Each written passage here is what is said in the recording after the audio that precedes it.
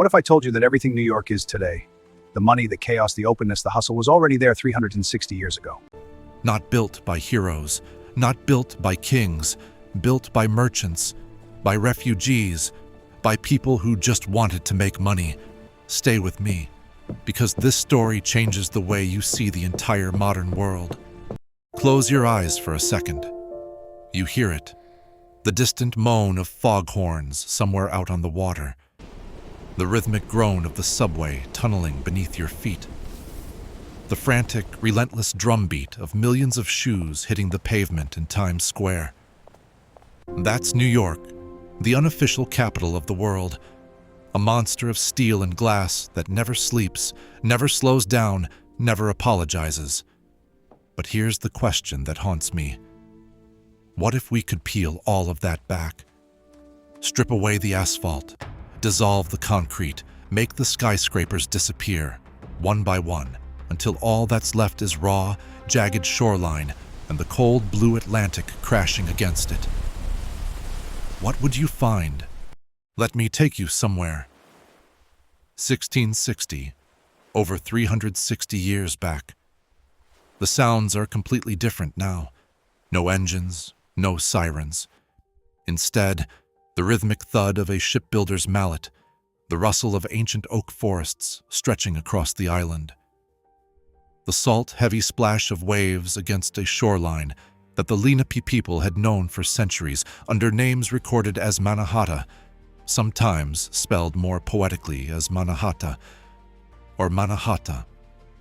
At the very southern tip of this island, something is rising. Steep Dutch gables, windmills turning slow in the sea breeze, narrow brick houses packed tight together like a fist. This is New Amsterdam, and I need you to understand something before we go any further. This wasn't just a settlement. This was a city in embryo. The place where the DNA of ambition, diversity, and cold hard pragmatism first fused together to create what we now call the American soul. In this video, powered by AI Reconstruction based on the famous 1660 Castello Plan, we're stepping into the mud-soaked streets of New Amsterdam at its absolute peak. And by the end, you'll understand why this tiny, almost forgotten outpost was the blueprint for every global metropolis that came after it. We start at the very bottom of the island, the southern tip, Fort Amsterdam. Stand here on these earth and stone ramparts and look out at the Hudson River spreading wide before you. Feel the wind off the water. This wasn't some grand European castle built for glory and portraits. This was something grittier, more honest. Part military barracks, part fur warehouse, part administrative headquarters. This was an office building with cannons. Inside, the man in charge is Director General Peter Stuyvesant. Silver-banded wooden leg, short temper, longer ambitions. He's not a nobleman, he's an executive, a corporate director for the Dutch West India Company. And New Amsterdam at this moment is, quite literally, a startup. Step through the gates, the noise hits you immediately. Clerks scrambling to inventory beaver pelts, brown gold, they called it. The most valuable commodity of the 17th century, headed for the fashion markets of Europe. Arguments erupt in at least a dozen languages. French from Huguenot refugees, German, English, and the guttural, businesslike Dutch of the ruling class. Everyone is doing a deal. Everyone is watching everyone else. Just outside the fort's gates lies a wide, open common ground, the town's outdoor living room. People sold cattle here, exchanged news, breathed. The English would later formalize it as Bowling Green in the 18th century. Today you'd find it near the famous Charging Bull of Wall Street. But in 1660, this patch of dirt was where life and death decisions for the entire colony were made, argued over wooden tables stained with beer and tobacco smoke. How does that compare to your average corporate meeting room? Now we walk. We leave the fort and follow Pearl Street, the artery hugging the East River shoreline. And you need to know why it's called Pearl Street. Because the Manhattan coastline in those days was blanketed with oyster shells. Millions of them, glittering in the sun like scattered pearls. This is the district of the elite, the merchant princes of the New World. And here's where your assumptions about early America might get shattered. Forget the log cabins. Forget the rough-hewn frontier image. The Dutch didn't build a wilderness outpost. They built a miniature Amsterdam and shipped it across the Atlantic. The houses here are tall and narrow, with brilliant red and yellow brick facades and stepped gables cutting upward into the sky. Some of those very bricks arrived as ballast in the hulls of ships crossing the Atlantic, because a wealthy merchant needed his home to signal exactly who he was in the global trading network. For a man like Cornelius Steenwyck, one of New Amsterdam's most powerful merchants, his house wasn't just shelter. It was a billboard. Step inside. Persian rugs on the floor. Blue and white Chinese porcelain on the mantel. Heavy oak cabinets lined with meticulous ledgers recording transactions from Amsterdam to the Caribbean to the shores of West Africa. Here's the thing about New Amsterdam that nobody talks about enough. Status wasn't inherited. There were no dukes, no barons, no titles passed down through bloodlines. The only question that mattered was, who are you in the Dutch trading network? That single idea, that wealth beats bloodline, is more American than apple pie. And it started here. But New Amsterdam wasn't built for the wealthy alone. Turn on to Stone Street. This was the first paved road in the entire city. And it happened not because some government official ordered it, but because the residents themselves petitioned for it. They raised money among themselves and paid for the paving, because the mud and the dust were simply swallowing the town whole. That's New York energy right there. Don't wait for someone to fix it. Do it yourself. And Stone Street? It was the home of the taverns. By the mid-1600s, visitors were already remarking, sometimes scandalized, that an almost absurd proportion of New Amsterdam's buildings were dedicated to drinking. One observer noted that it seemed like nearly every other door led into a tap house. But think about what a tavern actually was in 1660. It was the community center, the brokerage office, the newsroom, the job board, everything, all at once, under one smoky roof. Picture it at sunset. You push open the door and the heat and noise wash over you. The smell of roasting meat and long clay pipes. A sailor just back from the Caribbean is describing the sugar islands in vivid detail. A German carpenter is deep in an argument about timber prices with a farmer from Long Island. Somewhere in the corner, a deal is being made. Two men leaning close, voices low. This is where New Amsterdam did its real work. And this is where something extraordinary was quietly happening. Something that would echo across centuries. Practical tolerance. When the first Jewish refugees arrived in Manhattan in 1654, fleeing violent persecution in Brazil, Governor Stuyvesant wanted them gone. He wrote to the company directors in Holland demanding he be allowed to expel them.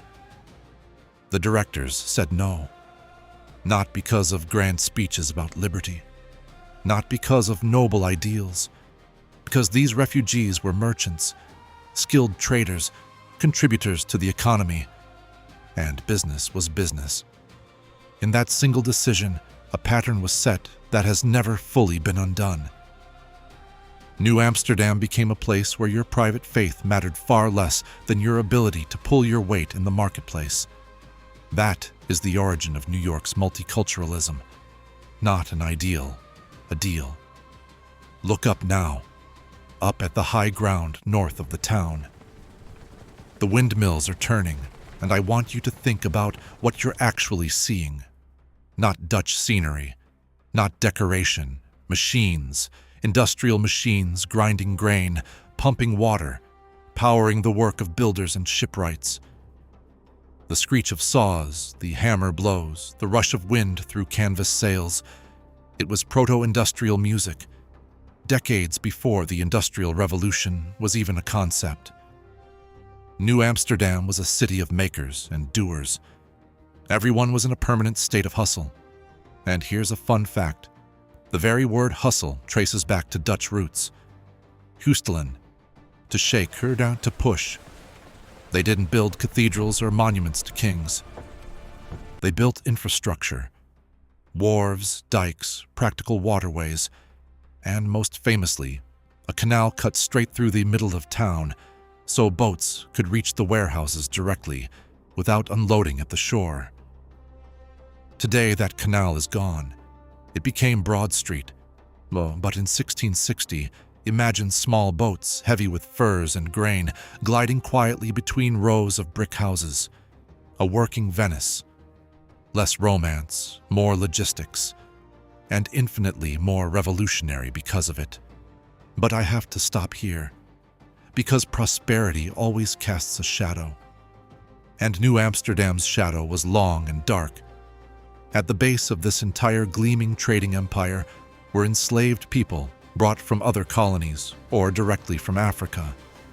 And while Dutch rule created a strange legal category called half-freedom, which allowed some enslaved people to own land and legally marry, their lives were still bound by compulsion, still subject to forced labor whenever the company demanded it. Some of the earliest documented black landholders in New Amsterdam worked small farms north of the town, roughly where Greenwich Village stands today. Those farms also served as a buffer zone between the European settlement and the frontier beyond.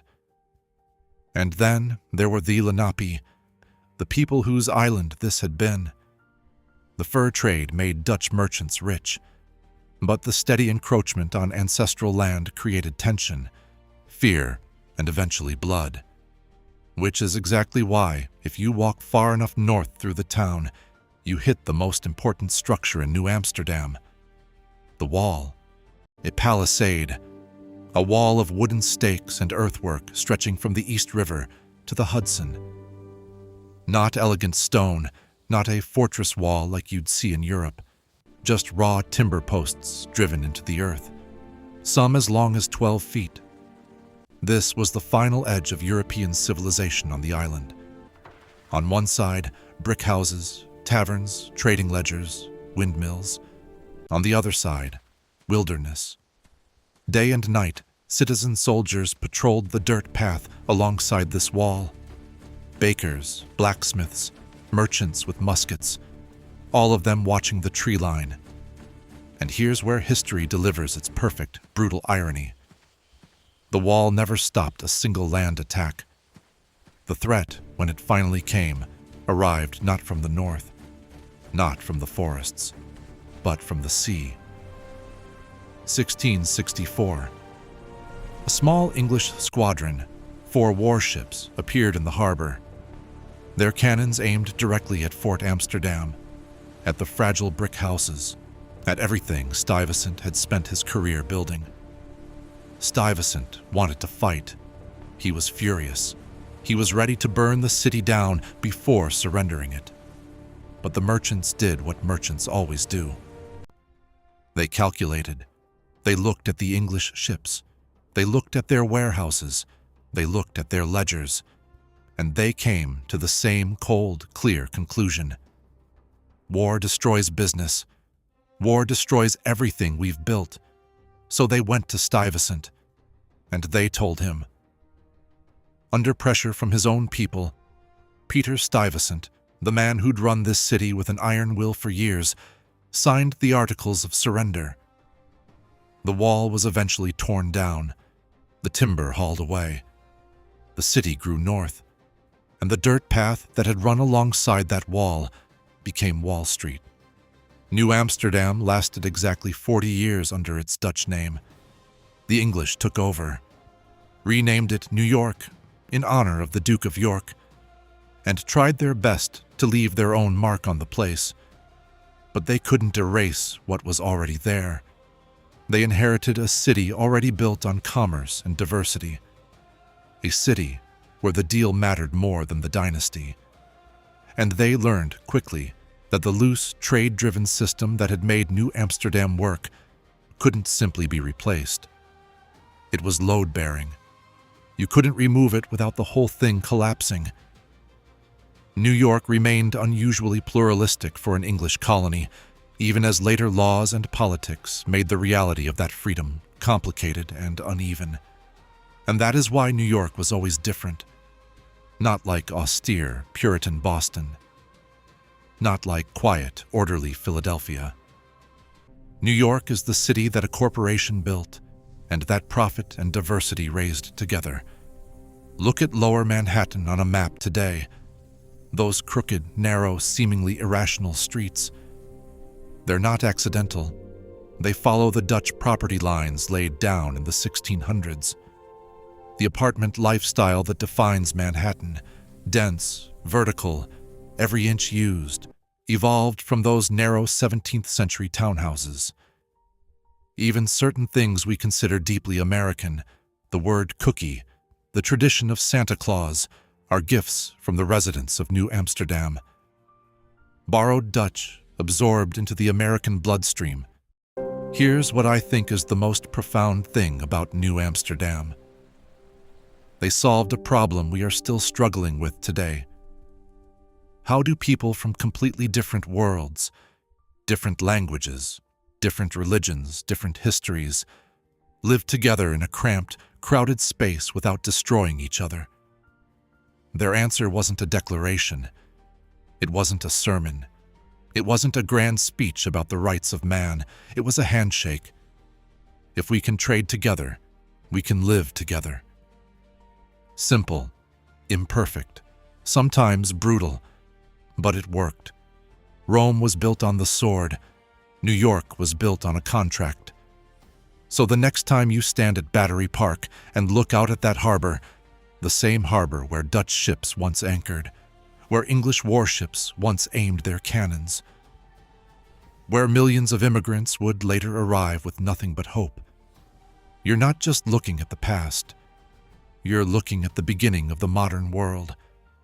The moment when the lines between nations started blurring in the face of something stronger than any of them. Commerce, ambition, the deal. And it all started in a tiny Dutch town that most people have never heard of.